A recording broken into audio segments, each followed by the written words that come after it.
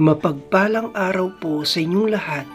Ngayon po ay araw ng Sabado, ika-14 ng Pebrero. Pakinggan po natin ngayon ang mabuting balita ng Panginoon. Pagbasa mula sa unang aklat ng mga hari.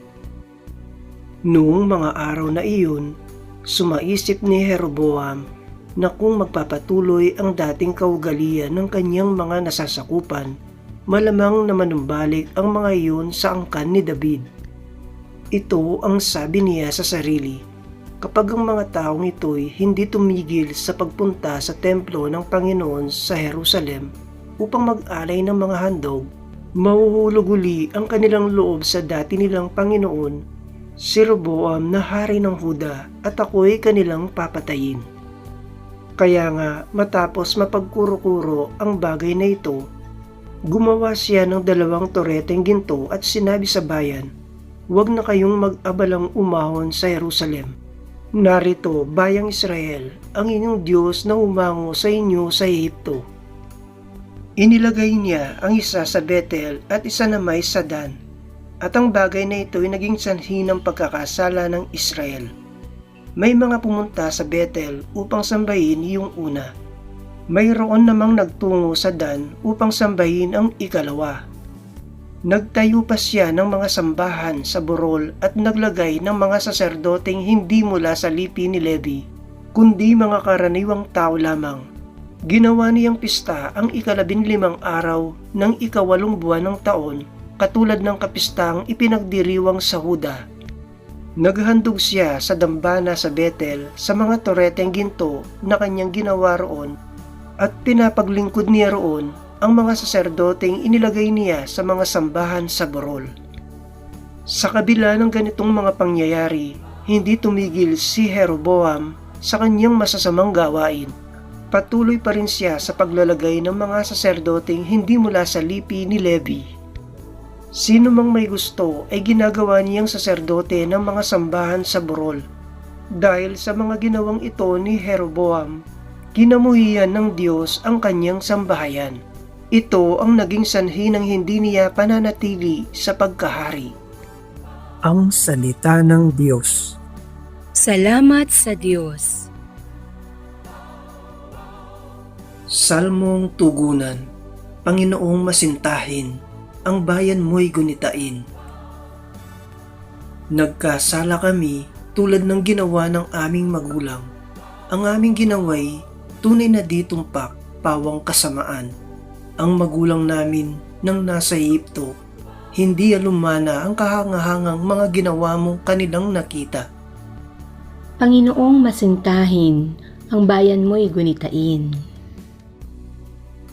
Sa may bundok ng Horeb, doon ay naghugis niyong gintong baka.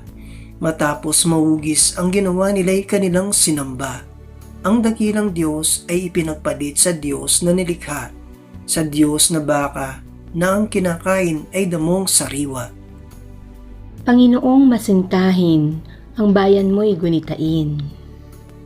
Kanilang nilimot ang Panginoong Diyos, ang tagapagligtas na yaong ginawa doon sa Ehipto'y kagila-gilalas. Sa lupaing iyon, ang ginawa niya ay tunay na himala. Sa dagat na tambo, yaong nasaksihan ay kahanga-hanga. Panginoong masintahin, ang bayan mo'y gunitain. Aleluya, aleluya. Ang tao ay nabubuhay sa salita ng may kapal, na pagkain kanyang bigay. Aleluya, aleluya. Ang mabuting balita ng Panginoon ayon kay San Marcos. Noong mga araw na iyon, muling nagkatipon ang mga tao. Naubos na nila ang kanilang pagkain. Kaya't tinawag ni Jesus ang kanyang mga lagad at sinabi sa kanila, "Nahahabag ako sa mga taong ito, sapagkat 3 araw na ngayong kasama ko sila at wala na silang makain. Kung pauuwiin ko ng gutom, mahihilo sila sa daan. Galing pa naman sa malayo ang ilan sa kanila. Saan po tayo kukuha ng tinapay dito sa ilang para magkasya sa ganito karaming tao?"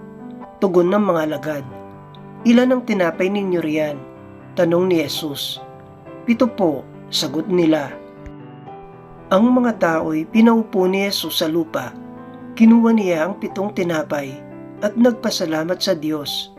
Pinagpira-piraso niya ang mga iyon at ibinigay sa mga alagad upang ipamahagi sa mga tao. Gayon nga ang ginawa ng mga alagad. Mayroon din silang ilang maliliit na isda. Muli siyang nagpasalamat sa Diyos at iniutos niyang ibigay din iyon sa mga tao. Kumain ang lahat at nabusog, at nang tipunin nila ang mga pira-pirasong tinapay na lumabis, nakapuno sila ng 7 bakol na malalaki, at may 4,000 ang kumain.